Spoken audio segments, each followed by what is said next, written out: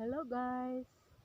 Alam nyo ba na may iba't ibang paraan para malaman ang mga sakit natin?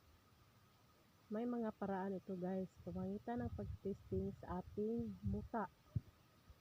Una, kung ang muta mo ay matamis, ibig sabihin nito ay mataas ang sugar mo. Pangalawa, kung ang muta mo ay maasim, ang ibig sabihin maraming acid ang katawan mo.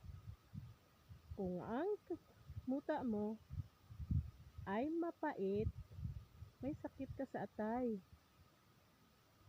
At ang last, kung ang muta mo ay maalat, ibig sabihin nito, may sakit ka sa bato.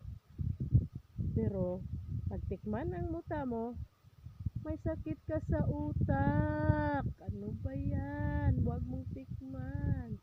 Yo!